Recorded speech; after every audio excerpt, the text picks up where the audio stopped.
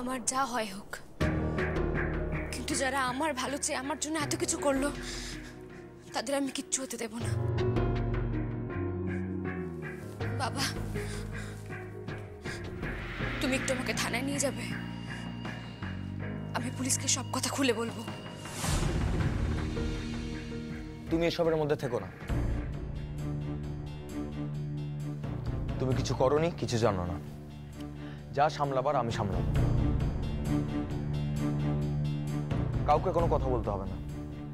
সমস্যা তো আমাকে নিয়ে। আমি যা সামলাবার সামলাবো। আমি না থাকলে তো মধুশ্রীর কোনো অস্তিত্বই থাকতো না, আর এত ঝামেলাও পোহাতে হতো না কাউকে।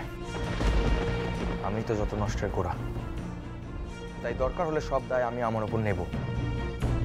খবরদার ডুডু, এখন এইসব কথা বলার সময় নয়।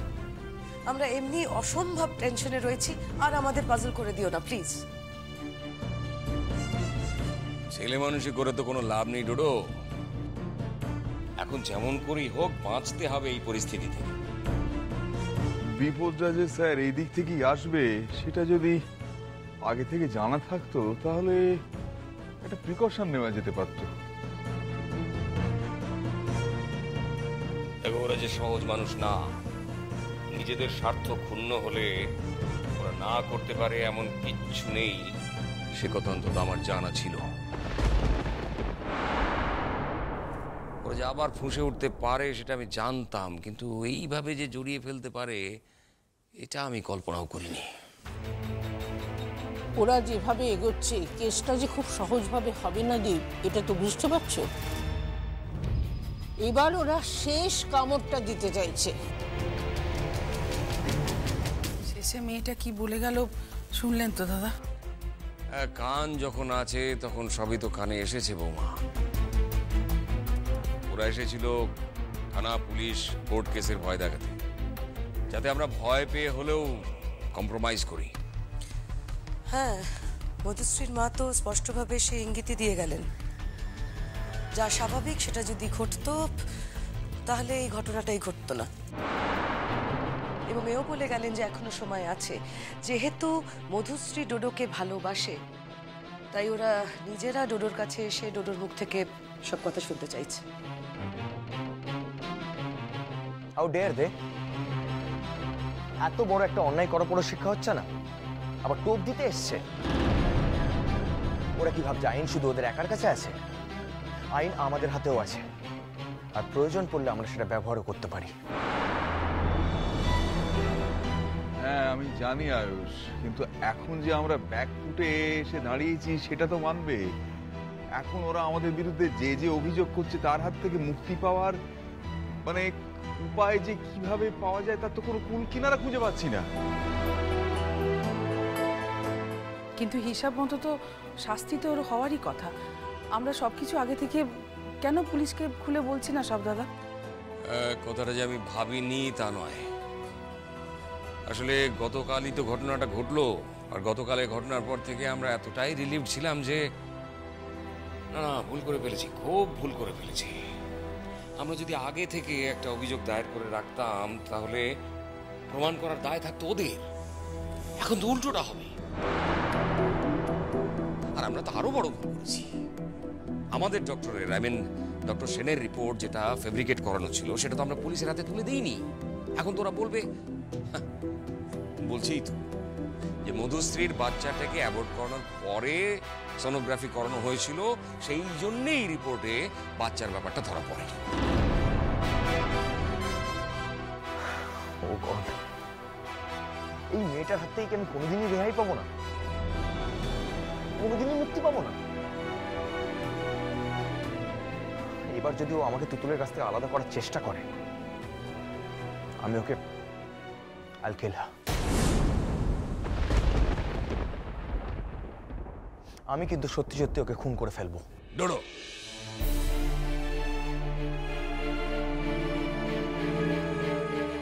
হ্যাঁ বাবা, আমি সত্যি কথা বলছি। ও যদি এইভাবে আমাদের জীবনটাকে নষ্ট করে দেয়, আমাদের জীবনের সুখ শান্তিটাকে তছনছ করে দেয়, তাহলে তো আমি আর ছেড়ে কথা বলবো না। আর আমার কাছে এখন একটাই উপায় আছে। হ্যাঁ বাবা, একটাই উপায় আছে, ওকে শেষ করে দেওয়া। আয়ুষ, তখন থেকে বারবার এক কথা কেন বলছো তুমি? খুব ভালো করে ভেবে দেখো তো একবার যে দোষটা আসলে কার। দোষটা আমার। যদি আমি তোমার জীবনে না এসে পড়তাম তাহলে তো সত্যি সত্যি এত কিচ্ছু হতো না, কোনো ঝামেলা হতো না। তোমাদের তো আশীর্বাদ হয়ে গিয়েছিল, বিয়েটাও হয়ে যেত। বিয়ে করে তোমরা সুখেই। চুপ করো তো, তুমি আর নির্বোধের মতো কথা বলো না, ইডিয়েটের মতো কথা বলো না, আমার ভালো লাগছে না। আমি তো বুঝতে পারছি না এসব কথা উঠছে কেন, এসব কথার জায়গা আছে এখনো? এখন এসব কথা বলে কি হবে টুটুল? আর দাদু ভাই তোমাকেও বলি, এসব ঘটনার থেকে মাথা ঠান্ডা করে কিভাবে রক্ষা পাওয়া যায় সেটা ভাবো। তুমি যেসব কথা বলছো সেসব কথা শুনলে তো ভয় লাগারই কথা। আমাদের এসব কথা বলে তুমি আর দুশ্চিন্তা বাড়িও না, দয়া করো। শোনো বাবা, কাউকে কোনো দুশ্চিন্তার মধ্যে পড়তে হবে না। আমাদের সামনে এখন দুটো পথ খোলা আছে। এক, মধু দিদির শর্ত মেনে নেওয়া, আর দুই, ফাইট করা।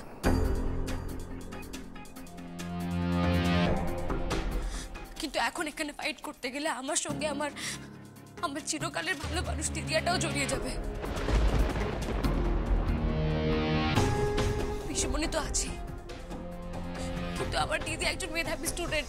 ও যদি এখন এসবের মধ্যে জড়িয়ে যায় তাহলে ওর পড়াশুনো, ওর ক্যারিয়ার সব বরবাদ হয়ে যাবে। আমাকে ছোট থেকে আমার যার বড়িমা মানুষ করেছে। নিজেদের মেয়ের থেকে কোনো অংশে কোনো কম ভালোবাসেনি আমাকে। ওদের আমি কোনো ক্ষতি করতে পারবো না। আর যে পিসমণি আমার জন্য এতটা রিস্ক নিয়েছে, আমি তাকে বিপদে ফেলতে পারবো না। তাই সব দিক ভেবে আমি দেখলাম যে আমি যদি আমার দাবি ছেড়ে আমার জায়গা ছেড়ে চলে যাই, তাহলে একমাত্র মধুদিদি ঠান্ডা হবে, আর সবাই তোমরা সবাই সব অশান্তির হাত থেকে রেহাই পাবে। এই শোনো, কি মনে করো তুমি আমাকে? কি মনে করো? আমি কি পাপেট শো করতে এসছি এখানে, নাকি তুমি আমাকে দিয়ে পুতুল নাচ করাতে চাইছো? আয়ুষ, তুমি যতই রাগ করো আমার উপর, যদি আমার কপালে স্বামী শ্বশুরবাড়ি এগুলো না থাকে তাহলে হাজার চেষ্টা করলেও আমি সেই সুখ পাবো না। খুশি করেছে তোমার কপাল। আমি আমার কপাল নিজে তৈরি করব। কপাল কপাল কপাল সেই এক কথা বলে যাচ্ছে তখন থেকে।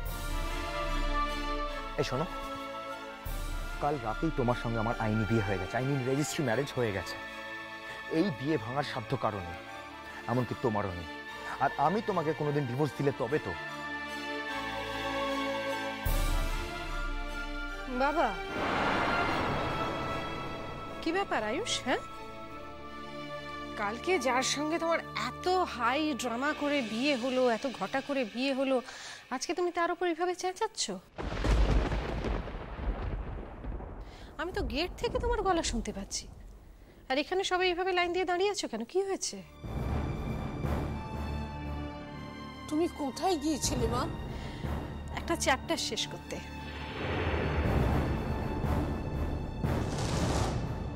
বোঝা গেল না তো? খুব স্বাভাবিক। আসলে এতদিন আমার জীবনে একটা ক্রাইসিস ছিল, সেটা আজকে এন্ড হলো, আর নতুন করে আরেকটা ক্রাইসিস শুরু হলো। কি ক্রাইসিস অপরূপা? বলবো, অন্তত যে ক্রাইসিসটা শেষ হলো সেটার কথা তো বলতেই হবে,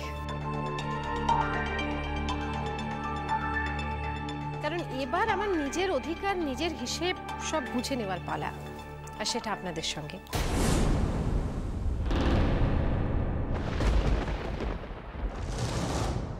কি কথা বলবি ও?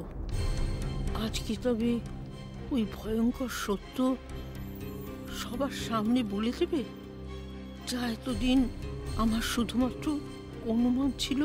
কি হিসেব বুঝে নেবে ও? বাবা, কম ধরিবাজ মেয়ে তো নয়। কোন দিক দিয়ে কাকে ফাঁসাবে তার কোনো ঠিক নেই, কিন্তু আপাতত নিজে যেভাবে ফেঁসেছে তা থেকে বাঁচানোর কোনো উপায় হাতে আছে কিনা সেটাই আগে দেখতে হবে ওকে। জিও, তুমি আড়ালে থেকে মধুশ্রীকে যে বুদ্ধিটা দিয়েছ না, একেবারে ফেটে গেছে। আমার মনে হচ্ছে এখানে একটা ক্রাইসিস তৈরি হয়েছে। এবারের মানুষগুলো যদি এইভাবে থাকে তাহলে আমি আমার ক্রাইসিসের কথা কি করে বলবো, আর কি করেই বা আমি আমার দেনা পাওনা বুঝে নেবো? শেখরবাবু, কি হয়েছে? সাংঘাতিক ঘটনা ঘটে গেছে সিস্টার। ও মধুশ্রী আর তার মা এসেছিল এ বাড়িতে। এর মধ্যে সাংঘাতিকের তো কিছু নেই, এটা আপনারা এক্সপেক্ট করেননি?